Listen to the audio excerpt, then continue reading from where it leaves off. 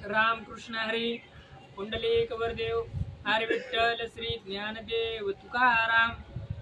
ओम नमो भगवते वासुदेवाय। श्रीमद भागवत महापुराणम स्कंद दुसरा अध्याय पहिला। ध्यान विधी आणि भगवंताच्या विराट स्वरूपाचे वर्णन। श्री शुक म्हणाले, राजा लोकहितासाठी म्हणून विचारलेला हा प्रश्न फारच चांगला आहे, कारण मनुष्यासाठी ऐकणे इत्यादींबाबत श्रेष्ठ काय आहे असे तू विचारलेस। आत्मज्ञानी पुरुष अशा प्रश्नाचा मोठाच आदर करतात। राजेंद्रा, जे गृहस्थ संसारातील कामधंद्यात गढून गेले आहेत, आपल्या स्वरूपाला जे जाणत नाहीत, त्यांच्यासाठी ऐकण्यासारख्या सांगण्यासारख्या इत्यादी हजारो गोष्टी आहेत। हे राजा, त्यांचे सर्व आयुष्य रात्री झोपेत किंवा स्त्री सहवासात आणि दिवसा संपत्तीची हाव किंवा कुटुंबाचे पालन पोषण यातच संपून जात। संसारामध्ये ज्यांना तो आपले अत्यंत घनिष्ठ संबंधी समजतो, ते शरीर, पुत्र, पत्नी इत्यादी सारे मिथ्या आहे। परंतु जीव त्याच्या मोहात असा अडकून जातो की रात्रंदिवस आपल्या मृत्यूच्या दाढेत आहोत हे पाहूनही तो सावध होत नाही। म्हणून परीक्षिता, जो अभयपद प्राप्त करून घेऊ इच्छितो, त्याचे सर्वांचा आत्मांना असणाऱ्या सर्व शक्तिमान भगवान श्रीकृष्णांच्या लीलांचे श्रवण, कीर्तन आणि स्मरण केले पाहिजे। मनुष्य जन्माचा हाच श्रेष्ठ लाभ आहे की ज्ञानाने, भक्तीने किंवा आपल्या धर्मावरील निष्ठेने कोणत्याही प्रकारे का होईना जीव असे बनवावे की मृत्यू समयी भगवंतांचे स्मरण अवश्य व्हावे। हे राजा, निर्गुण स्वरूपात रमलेले म्हणून विधी निषेधाच्या मर्यादा ओलांडलेले मुनी सुद्धा प्रामुख्याच्या भगवंताच्या गुणांच्या वर्णातच रमून जातात। द्वापर युगाच्या शेवटी या वेदतुल्य श्रीमद भागवत नावाच्या महापुराणाचे मी माझे वडील श्री व्यास यांचेकडून अध्ययन केले होते। हे राजर्षे, निर्गुण परमात्म्यामध्ये पूर्ण निष्ठा असूनही भगवान श्रीकृष्णांच्या लीलांनी माझे हृदय आकृष्ट केल्यामुळे मी या पुराणांचा अभ्यास केला। तू भगवंताचा परम भक्त आहेस, म्हणून मी तुला हे सांगतो। जो याच्यावर श्रद्धा ठेवतो, त्याची शुद्ध चित्तवृत्ती ताबडतोब श्रीकृष्णांच्या चरणी स्थिर होते।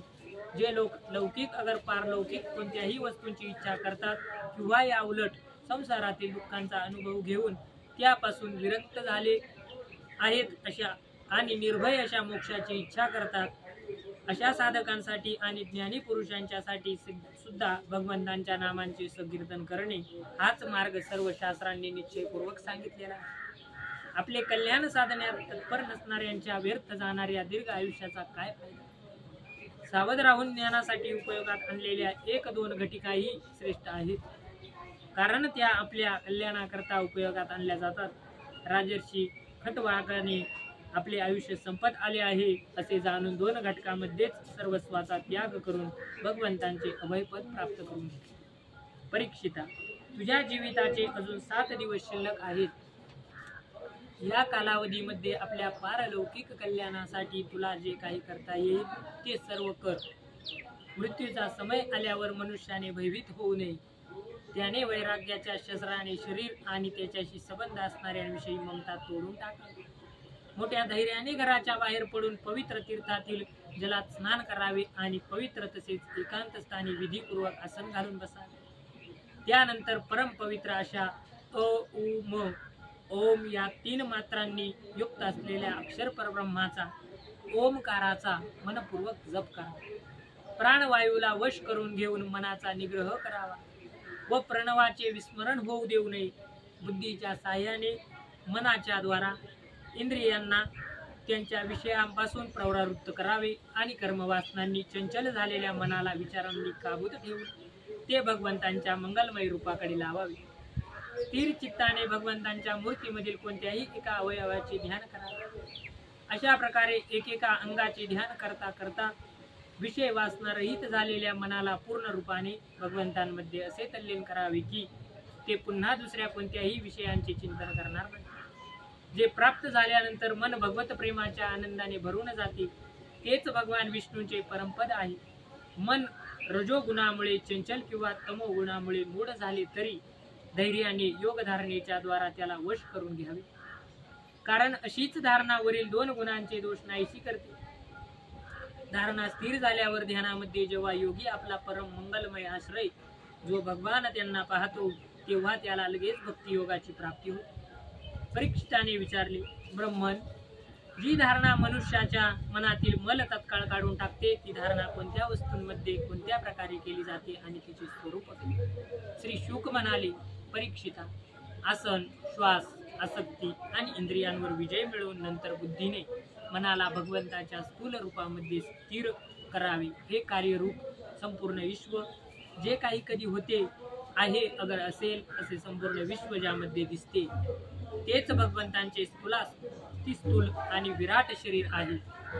जल, अग्नी, वायू, आकाश, अहंकार, महत्त्व आणि प्रकृती या 7 आवरणांनी वेढलेल्या या ब्रह्मांड रूपी शरीरात जो विराट पुरुष आहे तोच धारणेचे आश्रय भगवान आहे. तत्वज्ञ पुरुष त्या विराट पुरुषाचे वर्णन कसे करतात? विराट पुरुषाचे तळवे हे पाताळ, टाचा आणि पंजे हे रसातळ, गोटे हे महातळ आणि पोटऱ्या या तलातल आहे. विश्वमूर्ती भगवंतांचे 2 गुडघे हे सुतळ, दोन्ही मांड्या हे वितळ आणि अतळ आणि कंबर भूतळ आहे. हे परीक्षिता, त्यांच्या नाभिरूप सरोवरालाच आकाश म्हणतात. आदिपुरुष परमात्म्याच्या छातीला स्वर्गलोक, गळ्याला महरलोक, वदनाला जनोलोक आणि कपाळाला तपोलोक म्हणतात. त्या सहस्र शीर्षे असलेल्या भगवंतांचा मस्तक समूह म्हणजे सत्यलोकच होय. इंद्रादी देवता त्यांचे हात आहेत. याच्या रे बघा, या बाजूच्या दिशा, कान आणि शब्द श्रवण इंद्रिय आहेत. दोन्ही अश्विनी कुमार त्यांच्या नाकाची छिद्रे आहेत.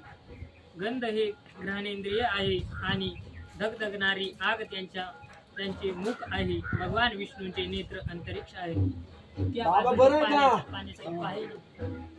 जेवण झालं का? भगवान विष्णूंचे नेत्र अंतरिक्ष आहेत. त्यांची पाहण्याची शक्ती सूर्य आहे. दोन्ही पापण्या रात्र आणि दिवस आहेत.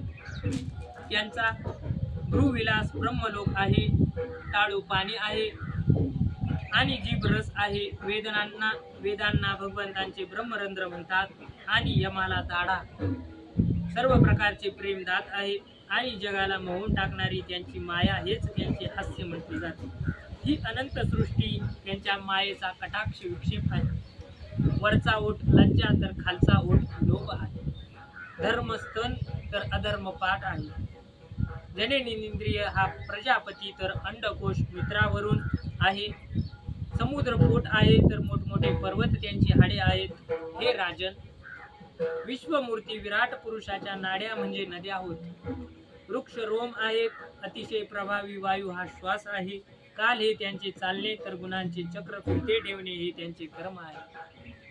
परीक्षिता, ढगांना त्याचे केस मानले आहे.